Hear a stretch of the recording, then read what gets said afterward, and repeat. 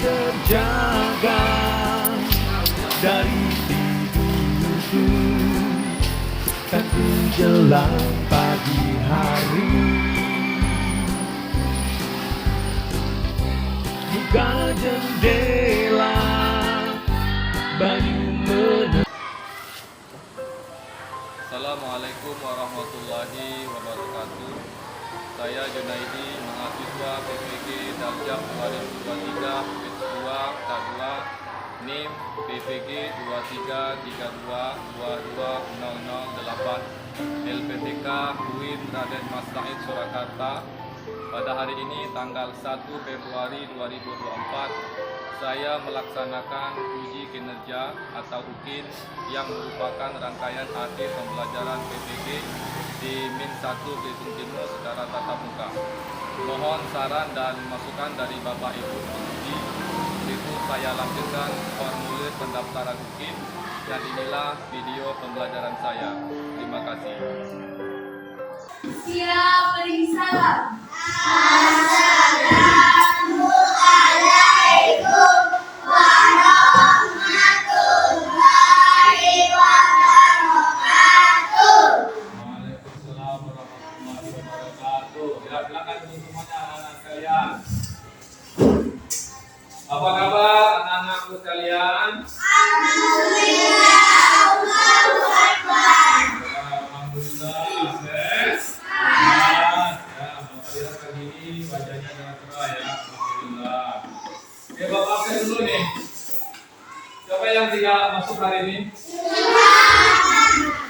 Masih 6 orang ya?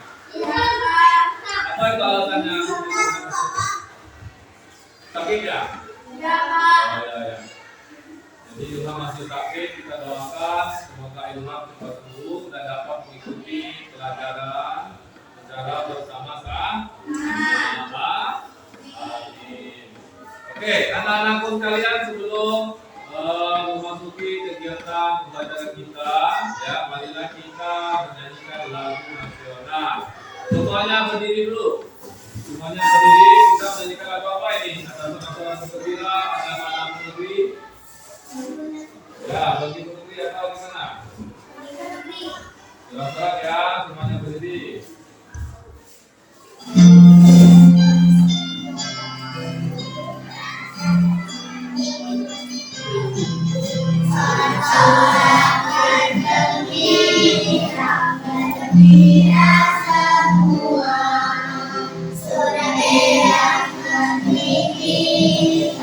Indonesia merdeka, Indonesia merdeka, Republik Indonesia, itulah hak milik kita untuk selama-lamanya. Untuk bergembira, bergembira semua, sudah bebas negeri kita, Indonesia merdeka, Indonesia merdeka, Republik Indonesia, itulah hak milik kita untuk selama-lamanya.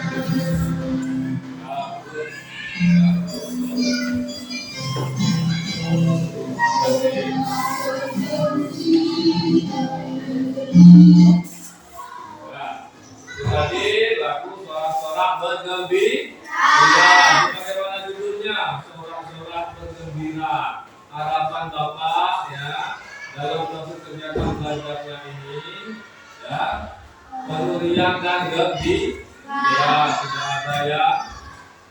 Tidak ada apa? Tidak ada yang males-malesan atau apa begitu ya. Jadi harusnya bergembira. Oke. Jadi anak-anak sekalian, di Min 1 itu ada namanya program pembiasaan. Ya, program pembiasaan yang kita sepakati di sekolah kita itu adalah membaca surah-surah pendek. Nah, kebetulan pada kelas 4A, anak-anak itu ya, menurut informasi dari wali kelasnya sudah sampai di surah Asy-Syamsu ya. Nah, itu sudah sangat hebat ya, sudah hafal sampai di surah itu jawabannya. Oke, silakan semuanya dibaca surah itu dipimpin oleh ketua kelasnya. 1, 2, 3. A'udzu billahi minasy syaithanir rajim. Bismillahirrahmanirrahim. Wasyamsi wadduhaha wal qamari idza talaha wan nahari idza jallaha wal laili idza yaghshaha was samai wa ma banaha wal ardi wa ma ta'aha wa nafsin wa ma sawwaha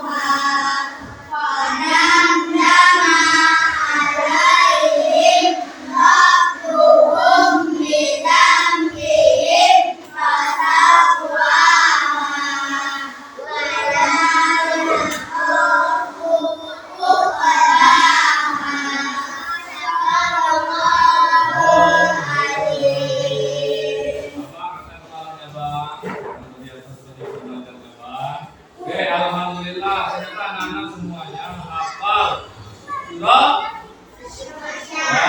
Asy-Syamsu itu ya, Wasyamsi wadduhaha ya. Nah, surah itu tergolong panjang nah ya. Berapa ayat jumlahnya? 15. Ya, itu panjang. Tapi alhamdulillah anak-anak hafal semua, hafal sudah. Coba nanti kamu punya teman di sekolah, di sekolah tanya hafal nggak kamu surah Asy-Syamsu? Ya, pasti tidak hafal. Ada sih beberapa yang hafal, tidak semuanya. Ya.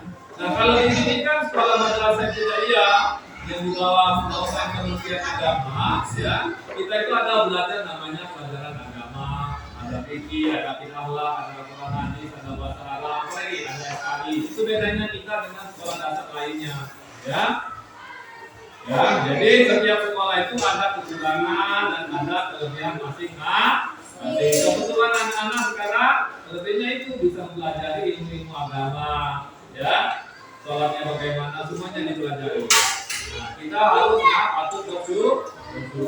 Nanti anak-anak keluar dari min 1 tamat untuk menyambung ke sekolah lainnya, misalnya SMP atau MTS, anak-anak sudah punya modal, punya hafalannya yang bagus, baik dan banyak.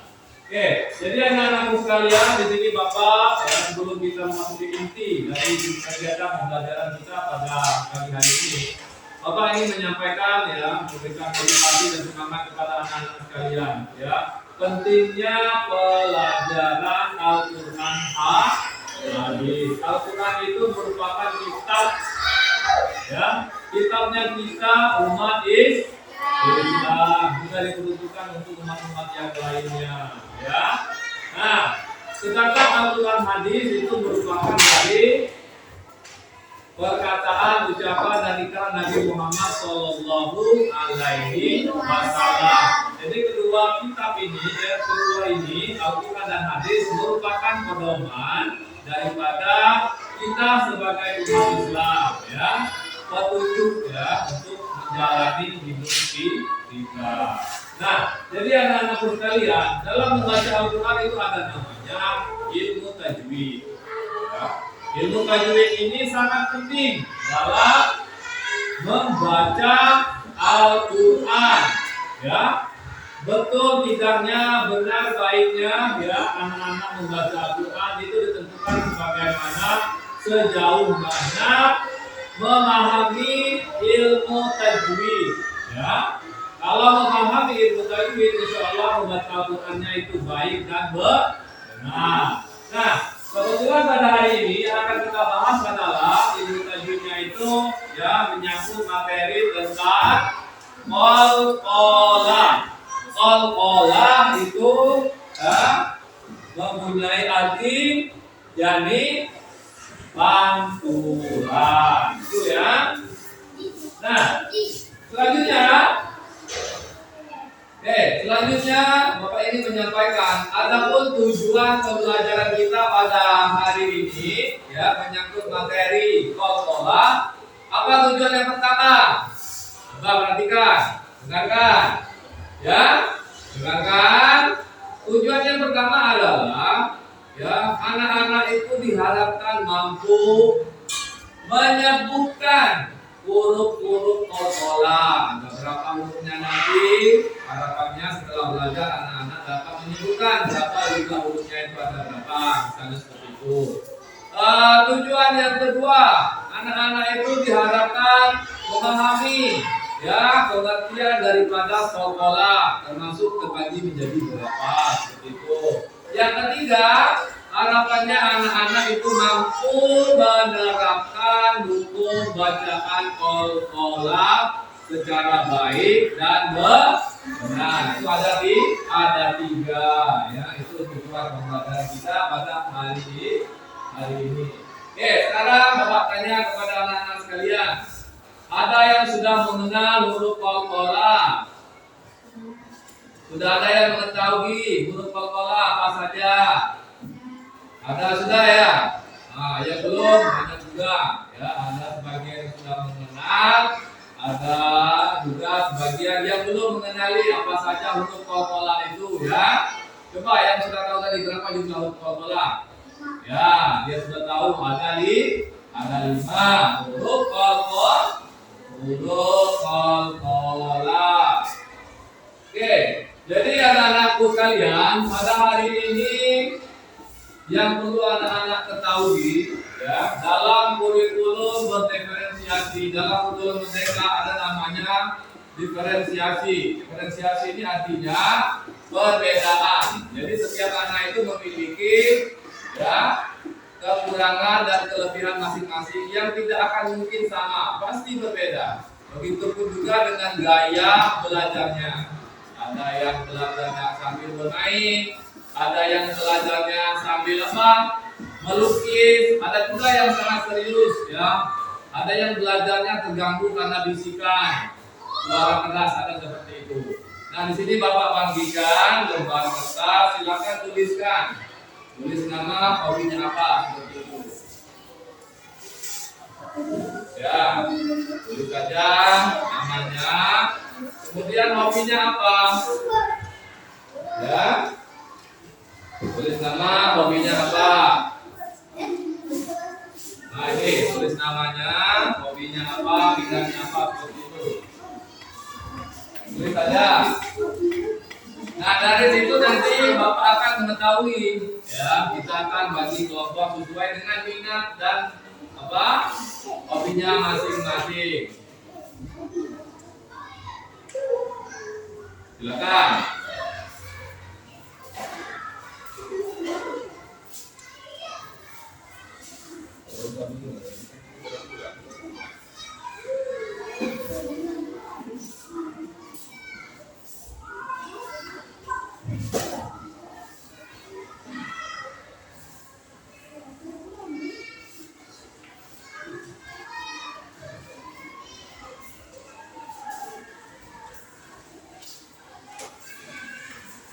Sudah semua? Ya, sudah.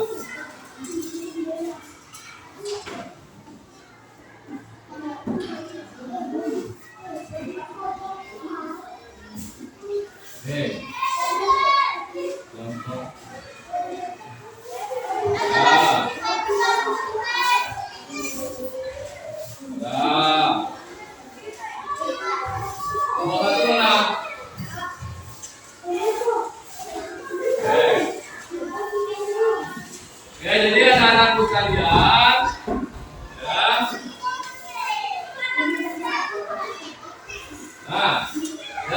hasil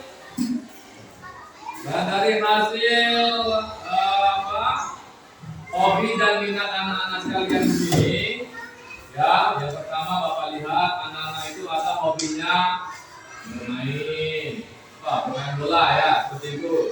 Ada yang hobinya bernyanyi, ada juga hobinya itu apa? Hobinya itu berbicara atau public speaking. Nah, jadi dari ketiga ini nanti ya, Bapak akan kelompokkan sesuai dengan minatnya. Ya, minatnya bernyanyi nanti di kelompok 3. Minatnya yang hobi berbicara di depan ya, kelompok 2. Dan kelompok 1 ya, itu kita kelompokkan ya anak-anak yang hobinya melukis atau menggambar. Jadi kelompok 1 itu kita kelompokkan sesuai dengan hobinya. Hobinya yang menggambar di sini. Hobinya atau minatnya berbicara, ya, public speaking, ya. Ini biasanya orang yang berbicara di depan umum seperti itu ya. Kita kelompokkan di kelompok 2. Selanjutnya di kelompok 3 kita akan kelompokkan yang hobinya bernyanyi di sini. Di kelompok 3. Oke. Itu ya. Jadi kelompok 1, kelompok 2, kelompok 3. Ada berapa kelompok kita? Ada 3 kelompok. Nah, jadi anak-anakku sekalian, sebelum kita memasuki proses kegiatan pembelajaran nantinya, di sini Bapak ingin memberikan materi berupa video, silakan disaksikan. Ya. Ini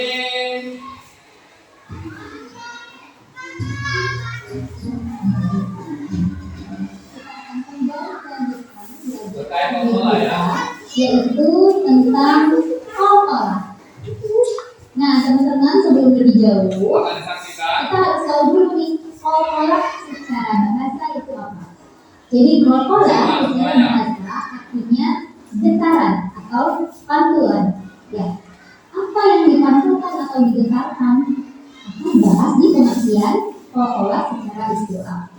Jadi, menurut istilah kol-kolah adalah pantulan atau getaran suara yang keluar ketika menggunakan huruf kol-kolah yang disukunkan atau sukun.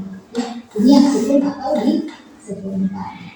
Jadi syarat dari kol-kolah ini adalah hurufnya harus sukun atau mati. Hurufnya apa aja? Hurufnya adalah o, ko, ba, jim, dan dal, atau dikumpulkan dalam kalimat kub mujadin atau baju di kapal, ya, untuk lebih cepat hafal. Bagaimana cara membunyikan atau membaca huruf kol-kolah tersebut? Yang pertama tentunya dengan memantulkan huruf kol-kolah tersebut ketika dalam keadaan sukun atau disukunkan. Yang kedua, kita mengucapkan vokal pantulan hanya setengah dari kata. Yang ketiga, kita mengeluarkan bunyi pantulan itu hampir sama kuatnya dengan huruf ketika dia dikatakan atau gem. Dan yang selanjutnya, kita mengeluarkan bunyi pantulan tersebut. Dan yang terakhir, ketika huruf kol-kolahnya berada di akhir kalimat atau diwakafkan dan hurufnya bertasydid, maka kita langsung menggunakan dulu tasydidnya, baru kita mengeluarkan vokal pantulan maka pasti terdengar adanya sangat. Nah, sekarang untuk lebih jelasnya kita akan lanjut ke jenis-jenis. Ini yang jenis-jenis kol-kolahnya ya. Kol-kolah terbagi menjadi 2 jenis. Yang pertama adalah kol-kolah subro, yang kedua adalah kol-kolah subro. Dan kita bahas yang pertama ya. Kol-kolah subro. Subro artinya kecil. Jadi kita mantulinnya kecil aja. Nah, gimana kalau kita menemukan kol-kolah subro? Kol-kolah subro itu terjadi ketika ada huruf kol-kolah yang sudah mati dari tadinya atau sudah sukun dari asalnya. kolomnya sedikit, jadi pola sumber itu hurufnya seperti ini. Oke, harusnya total dia baru dari kami sini. Jadi asal segini, kemudian kita bisa membaca kelompok, maka dia disebutkan. Oke, sudah semua diperhatikan? Sudah dipahami? Oke, nah ini materinya Bapak tampilkan dalam bentuk video. Ya. Nah, yang kedua, materinya Bapak tampilkan dalam bentuk teks ya.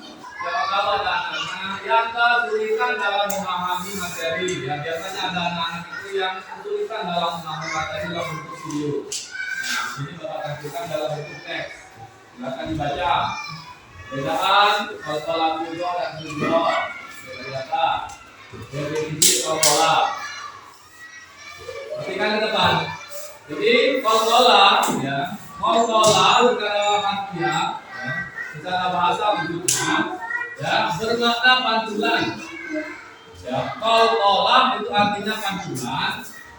Namun sementara secara istilah hukum bacaan kalkula merupakan bacaan yang mengeluarkan suara tambahan atau pantulan pada huruf-huruf kalkula yang dibaca sukun atau mati. Jadi huruf kalkula yang ada 5 tadi dia baru berlaku dibaca kalkula ketika dia sukun. Ya, itu paham? Sudah pahami? Ya, oke selanjutnya silakan baca lagi. Nah, kalkula juga itu ada 2. Ya, dibagi 2, kalkula kubro dan kalkula kubro. Kalkula kubro itu merupakan hukum bacaan tajwid yang dibaca dengan suara memantul pelan. Ya, kalau kalkula kubro, ya kebalikannya daripada kalkula sugro. Kalau kalkula sugro itu pantulnya kecil, kalau kalkula kubro pantulnya itu besar. Bisa dipahami? Bagaimana kecilnya perbedaannya itu bagaimana? Ya, kalau kalkula sugro, ya pantulan kecilnya itu ketika huruf kalkulanya matinya itu asli, ya sukunnya itu asli. Kalau kalkula kubro, huruf kalkulanya itu hidup, ya tidak mati. Namun dia dibaca kalkula ketika dia diwakafkan, ya ketika dibaca wakaf atau diberhentikan. Paham? Nah, jadi materinya telah Bapak tampilkan dalam bentuk video, juga Bapak tampilkan dalam bentuk teks atau tulisan. Nah, selanjutnya ya Bapak minta kepada anak-anak ya, Bapak berikan tugas ya, itu bagaimana kelompok yang telah dibagi sesuai minatnya tadi ya. Jadi ada 3 kelompok. Oke. Nah, karena di sini ada yang suka bernyanyi, ada yang public speaking, ada juga yang hobinya melukis atau menggambar. Nah, perintahnya adalah, kamu berikan kamu buatlah sebuah kesimpulan atau definisi terkait kalkula yang kita pelajari tadi. Paham ya? Nah, bagi yang hobi bernyanyi, buatlah sebuah lagu ya tentang materi yang kita pelajari. Bagi yang hobinya melukis, ya buatlah apa yang dilukis terkait materi yang kita pelajari tadi. Begitu juga dengan public speaking ya. Begitu, bisa dipahami? Bisa ya? Oke, ini Bapak bagikan, silakan dibuat.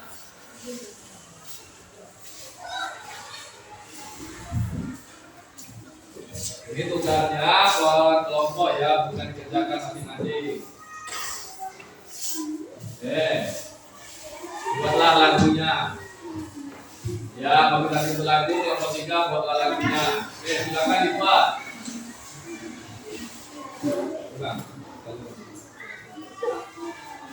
Oke, silakan itu buat. Ya, boleh buatnya.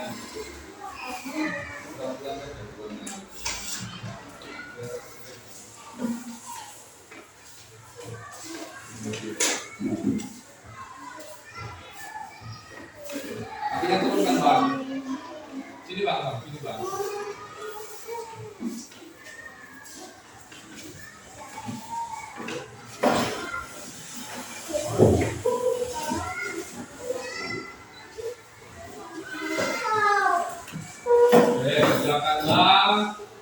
sebagaimana perintah.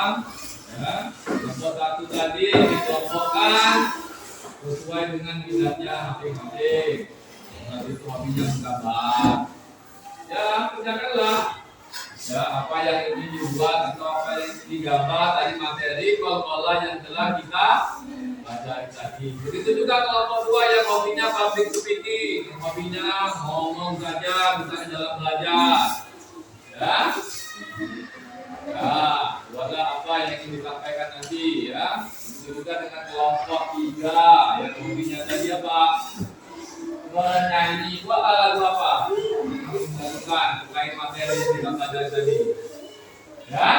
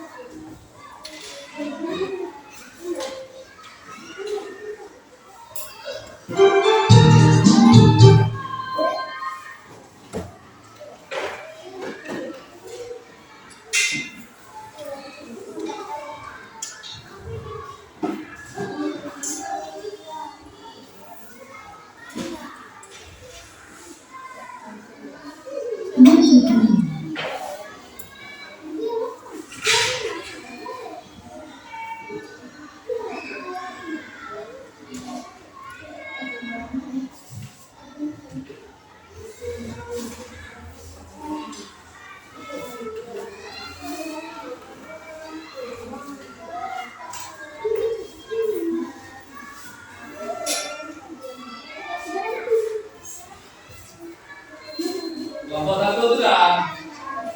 Kelompok 1 sudah. Kelompok yang lain gimana? Apa kelompok 2 sudah? Halo. Masih proses. Kelompok 3.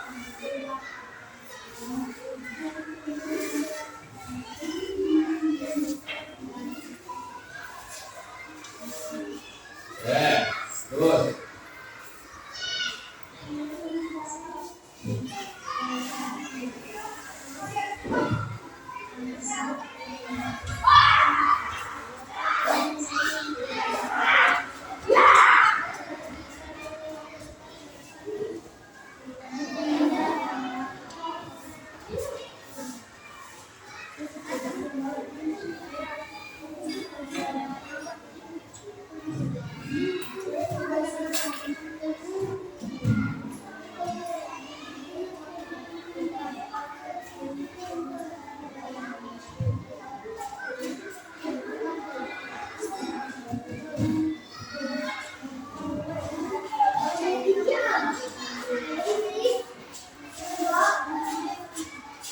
Ya, benar semua anak. Kelompok 1 gimana? Kelompok 1 sudah. Kelompok 2 hampir selesai, sebentar lagi. Kelompok 3 gimana? Nyanyi lagu apa ini? Ya, kelompok lah. Nyanyinya apa lagunya? Boleh tak? Oh ya. Oke. Oke, sekarang Bapak minta jadi per kelompok itu maju satu persatu ya ke depan ya. Jadi satu kelompoknya semuanya maju, kemudian jelaskan ya. Kalau yang nyanyi nanti akan bernyanyi. Silakan dari kelompok 1. Yang kedua.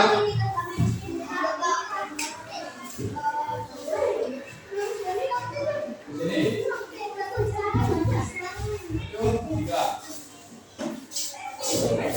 Nah, mundur lagi Pak. Ini apa yang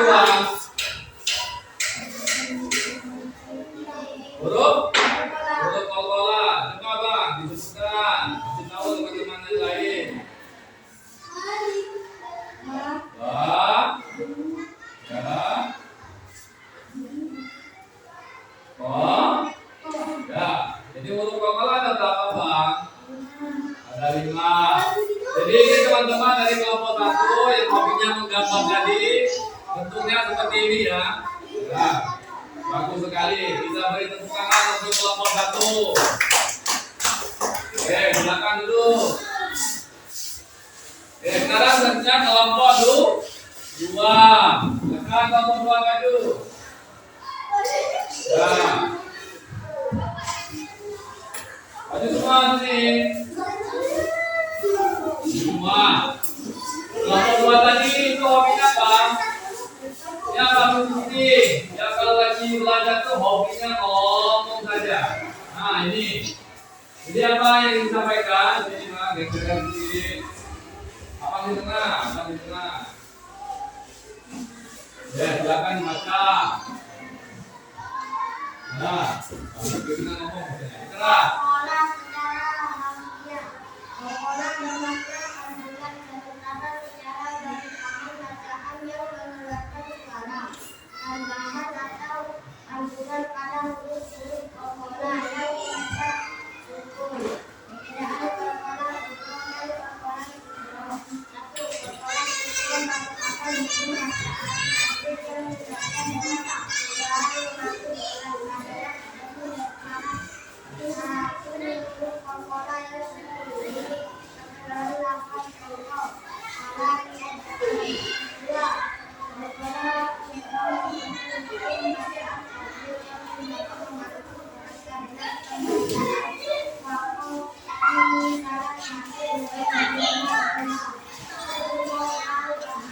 Nah, itu kelompok 2. Kita beri tepuk tangan dulu. Nah, silakan buka. Wah, selanjutnya kelompok 3 yang hobinya bernyanyi. Nah, sana aja, sana. Ya, betul.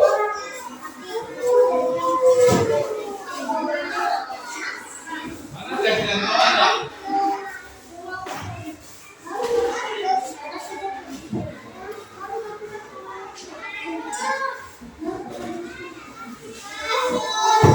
Silakan nyanyi.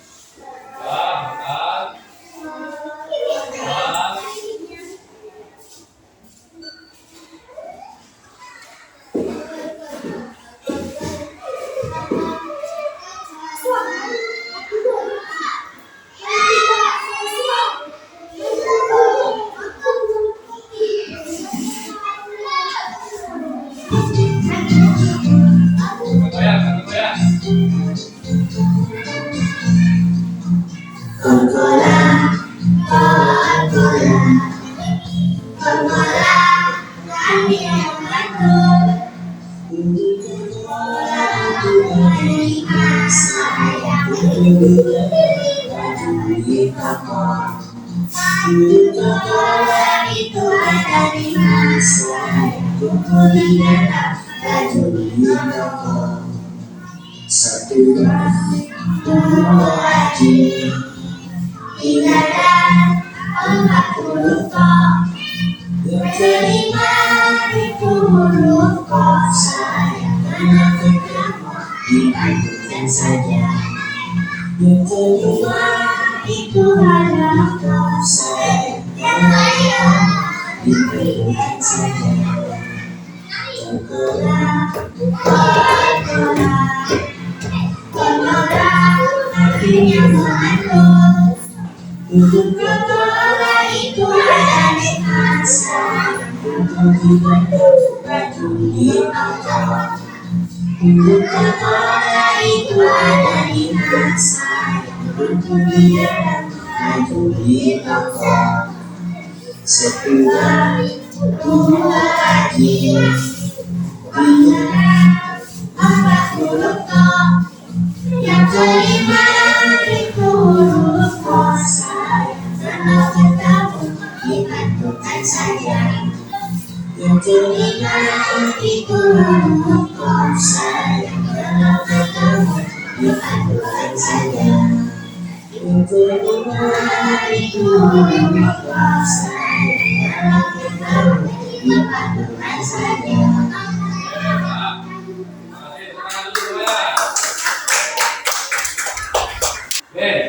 Jadi anak-anakku sekalian, dari apa yang telah anak-anak tampilkan tadi, ya kita dapat menyimpulkan ternyata pertama huruf qalqalah itu artinya apa? Memantulkan. Ya, kemudian yang kedua, qalqalah terbagi menjadi ada dua qalqalah. Dua qalqalah. Kemudian ada berapa jumlah huruf qalqalah? 5. Apa? 1, 2, 3, 4, 5. Jadi huruf qalqalah ada di baju di itu huruf-hurufnya. Nah, sekarang pengertiannya secara istilah. Ketika ya qalqalah sughra ya. Jadi apabila ada huruf qalqalah yang 5 tadi matinya asli benar-benar mati ya, maka dia disebut qalqalah. Ya, cara membacanya dipantulkan dengan sedang saja lembut ya, tidak terlalu Nah, kalau qalqalah kubra ya, apabila ada huruf qalqalah ya, ketika dia diwakafkan atau diberhentikan ketika dibaca ketika diwakafkan, maka ya itu namanya qalqalah kubra dan dibacanya itu secara bisa dipahami? Bisa? Alhamdulillah. Itu namanya huruf qalqalah. Nah, jadi anak-anakku sekalian, di sini Bapak akan membagikan LKPD, silakan dikerjakan di rumah saja. Nanti dikerjakan di rumah ya. Ini ya.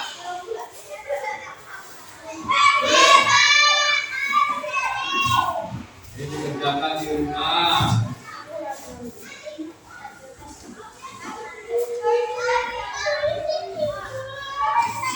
Jadi bukan itu adalah menjodohkan contoh qalqalahnya ya, apa yang cocok nanti diberikan tanda itu ya, bisa ya? Oke. Nah, jadi anak-anakku sekalian, itulah ya, proses kegiatan pembelajaran kita pada hari ini ya, tentang materi qalqalah. Ya, Bapak berharap anak-anak sekalian dapat memahami apa itu qalqalah, bagaimana perbedaannya dengan qalqalah kubra dan qalqalah kubra dan qalqalah kubra. Bisa dipahami? Bisa?